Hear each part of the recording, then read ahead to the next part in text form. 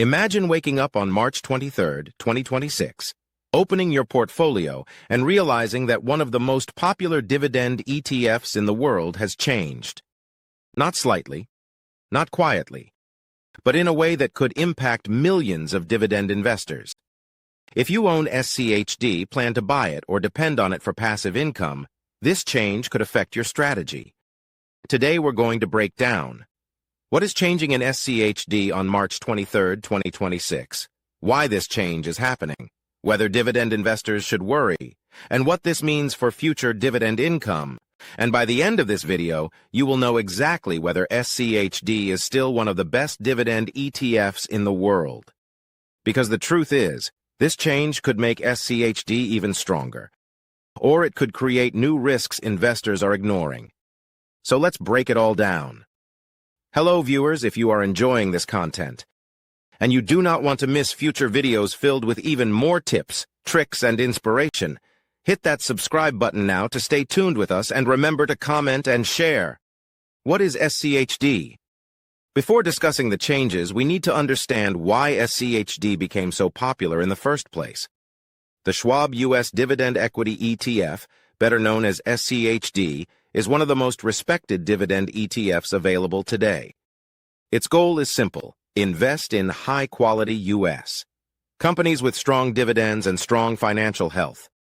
SCHD tracks the Dow Jones U.S. Dividend 100 Index, which selects companies based on several important metrics: dividend yield, dividend growth, cash flow to debt, return on equity, financial strength. Because of this selection process, SCHD often holds companies that are profitable, financially stable, consistent dividend growers. Some well-known SCHD holdings often include companies like PepsiCo, Coca-Cola, Home Depot, Texas Instruments, Cisco Systems. These are companies that have paid and grown dividends for years. That's one of the biggest reasons investors love SCHD. Why investors love SCHD? SCHD has built a reputation for three major strengths. First, strong dividend growth. Unlike many high-yield ETFs, SCHD focuses on sustainable dividends, not just high payouts. This has resulted in consistent dividend increases over time. Second, low expense ratio. SCHD is extremely cheap to own. Its expense ratio is only 0.06%, which means investors keep more of their returns. Third, strong total returns. Many people think dividend ETFs sacrifice growth, but SCHD has historically delivered competitive total returns compared to the S&P 500. That combination of income and growth is what made SCHD incredibly popular. But now, changes are coming. What is changing on March 23, 2026? The upcoming March 23, 2026 change relates to the index methodology and portfolio adjustments tied to the Dow Jones U.S. Dividend 100 Index rebalancing schedule. This rebalance could affect which companies stay in the ETF, which companies are removed, and which companies are added. Every year, the index reviews the financial strength and dividend quality of companies. Companies that no longer meet the strict criteria can be removed. New companies with stronger metrics can be added. This process ensures SCHD continues to hold high-quality dividend stocks. However, this year's rebalance could be larger than usual. Why? Because several sectors have experienced major shifts in dividend growth and profitability. Potential companies being added.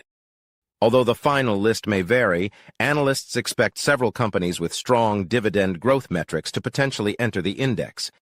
These could include companies from sectors such as financials, industrials, technology. Dividend-paying technology companies are becoming much more common today. Companies like Broadcom, Accenture, Qualcomm have been growing dividends aggressively. If these types of companies gain higher rankings in the dividend index methodology, they could increase SCHD's exposure to technology. And that could mean faster dividend growth.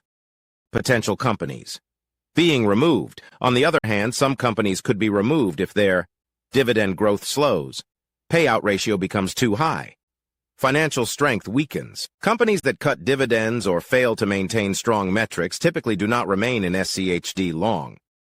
This strict filtering process is actually one of SCHD's biggest advantages. It forces the ETF to continuously hold strong dividend companies, but it can also create short-term volatility. How rebalancing affects investors. When SCHD rebalances its holdings, three things typically happen. First, portfolio weight changes. Some companies may receive larger allocations while others shrink. Second, new companies enter the ETF. This introduces new dividend sources and growth potential. Third, some companies exit the ETF. This can slightly change the dividend yield and sector exposure. However, for long-term investors, these adjustments usually strengthen the ETF over time. Could SCHD dividend change? One of the biggest concerns investors have is, will the dividend change? The short answer is, possibly in the short term. But historically, SCHD dividends have grown over time, even after rebalancing. This happens because the ETF prioritizes companies with strong dividend growth potential. Over long periods, this has helped SCHD maintain solid income growth. The real risk investors ignore. While most investors focus on dividends, they often ignore another risk, sector concentration. SCHD tends to have large exposure to sectors like financials, industrials, consumer staples. If these sectors underperform, SCHD could temporarily lag the broader market. However, the rebalance process can help adjust sector weights over time. SCHD versus other dividend ETFs. Even with these changes, SCHD still competes strongly with other popular dividend ETFs like VYM, DGRO, HDV. Compared to many dividend ETFs, SCHD focuses more on quality profitability, dividend sustainability, which is why many long-term investors continue to favor it. Is SCHD still a buy? Now comes the question every investor wants answered.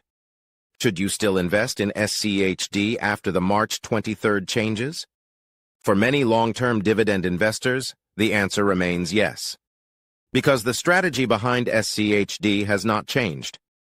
It still focuses on high-quality companies, sustainable dividends, strong financial health, and those factors remain powerful drivers of long-term returns. Long-term dividend strategy. For investors trying to build passive income, SCHD can still play a powerful role.